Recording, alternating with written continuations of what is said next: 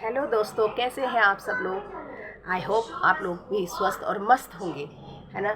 आज एक बार फिर से मैं आपके सामने वीडियो लेके आई हूँ अपनी। आज मैं बताऊँगी कि मैं क्या कर रही हूँ। मैंने आज ये नोटबुक ली हुई है अपनी बेटी की, और मैं बता रही हूँ कि किस तरह से मैं उसका रिवीज़न और उसका जो टाइम टेबल है वो मैंने किस तरह से सेट किया हुआ है।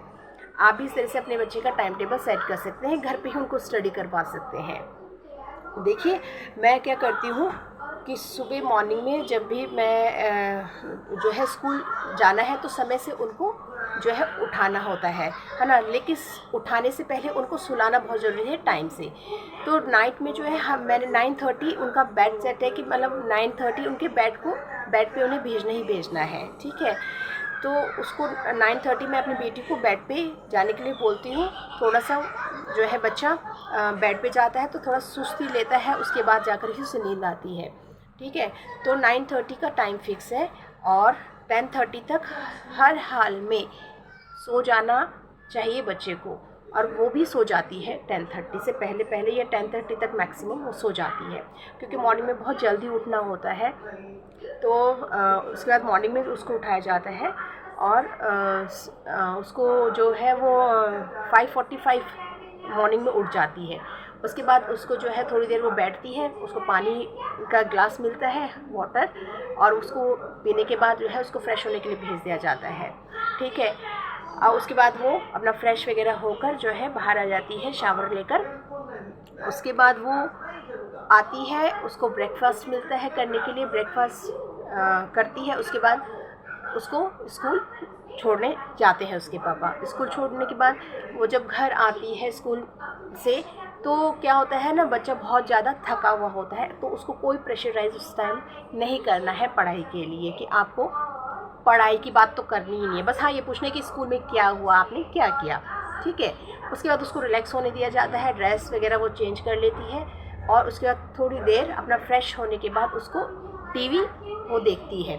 थोड़ी देर वो टीवी देखती है, तब तक मैं उनका लंच रेडी कर लेती हूँ। लंच रेडी करने के बाद जो है उनको लंच भी कराया जाता है, और उसके बाद थोड़ी देर बाद उनको 1 घंटे के लिए रेस्ट टाइम होता है, जिसमें उनको मैं सुला देती हूँ।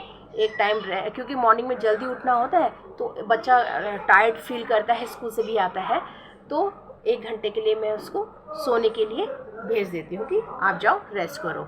इसके साथ साथ मैं भी उनके साथ रेस्ट कर लेती हूँ। अब क्या है ना, हम है हाउसवाइफ, हमें क्या है कि हम घर में छोटे मोटे काम हमारे लगे ही रहते हैं, वो काम कभी कभी ख़त्म होते ही नहीं हैं। लेकिन हमें इन सबको मैनेज करके चलना होता है ना, बच्चों के साथ। और बच्चों की पढ़ाई भी डिस्टर्ब ना हो, उनकी पढ़ाई भी अच्छी चले, तो इसके लिए हमें खुद ही मैनेज करना पड़ता है। तो मैं क्या करती हूँ, आप भी इस तरह से कर सकते हैं कि बच्चे का रूटीन आप इस तरह से फिक्स कर सकते हैं। एक टाइम बिल्कुल उनका फिक्स कर लीजिए, और उसके बाद जो है उसका पढ़ाई का टाइम फिक्स कर लीजिए। चाहे वो संडे हो, चाहे सैटरडे हो, चाहे छुट्टी का दिन हो, बच्चे का जो टाइमिंग फिक्स है पढ़ाई का, उसे बिल्कुल भी आप अवॉइड नहीं करेंगे। उसमें बच्चे को बिठाना और बिठाना ही होगा, तभी बच्चे का माइंड सेट रहेगा हमेशा कि मुझे पढ़ना है इस टाइम पे, ये मेरा पढ़ाई का समय है। चाहकर भी वो उसे इग्नोर नहीं कर सकता फिर। अब ऐसा है जो है हमारा घर में जो है छोटे मोटे काम लगे रहते हैं, है ना, होते ही रहते हैं, तो उस बीच में हमें टाइम निकाल लेना चाहिए। अब आपको टाइम कैसे निकालना है ताकि आप बच्चे के साथ मैनेज कर सको, उसकी पढ़ाई को भी मैनेज कर सको, और घर के काम को भी मैनेज कर सको। मैं क्या करती हूँ, सुबह जब मेरा काम जल्दी जल्दी निमट जाता है, मैं फटाफट काम कर लेती हूँ घर का। उसके बाद मैं अपनी बेटी का जो है मुझे आज उसकी क्या रिवीज़न करवाना है, क्या उसको आज पढ़ाना है, उसके लिए मैं पहले से ही फिक्स कर लेती हूँ।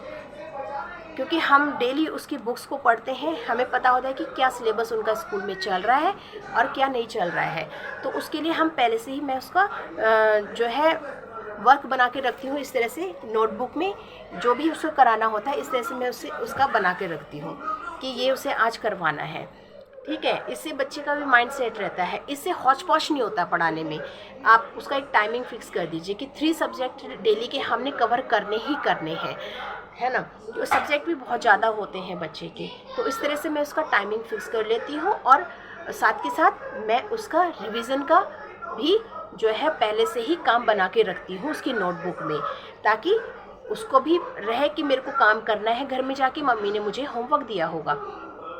और मुझे भी ये रहता है कि मैंने रेडी कर रखा है, मुझे कोई कन्फ्यूज़न इसमें नहीं रहती फिर कि मुझे एट टाइम उसके साथ बैठो और क्या पढ़ाना है, ये कंफ्यूज हो जाता है बंदा कि क्योंकि सिलेबस इतना है। तो देखिए पीछे का रिवीजन कराते कराते आगे का छूटता है, आगे का रिवीजन कराते कराते पीछे का बच्चा भूल जाता है।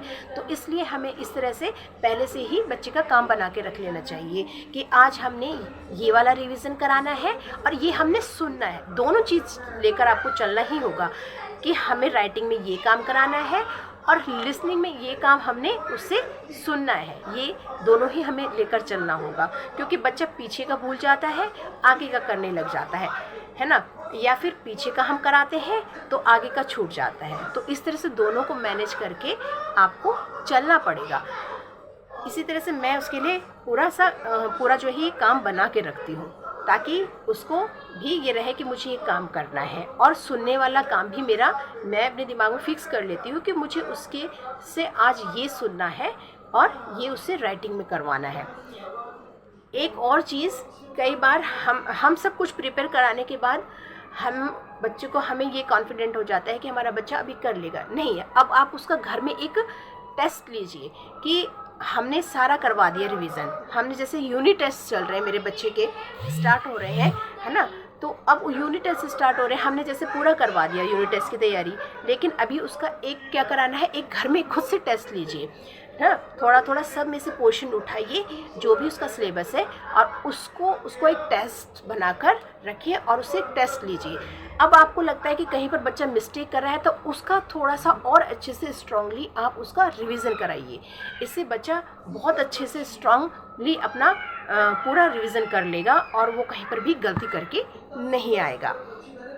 तो इस तरह से मैं उसका रिवीजन पूरा करवा देती हूँ यूनिट टेस्ट का, और उसके अच्छे मार्क्स भी आ जाते हैं। तो आप भी इसी तरह से करवा सकते हैं।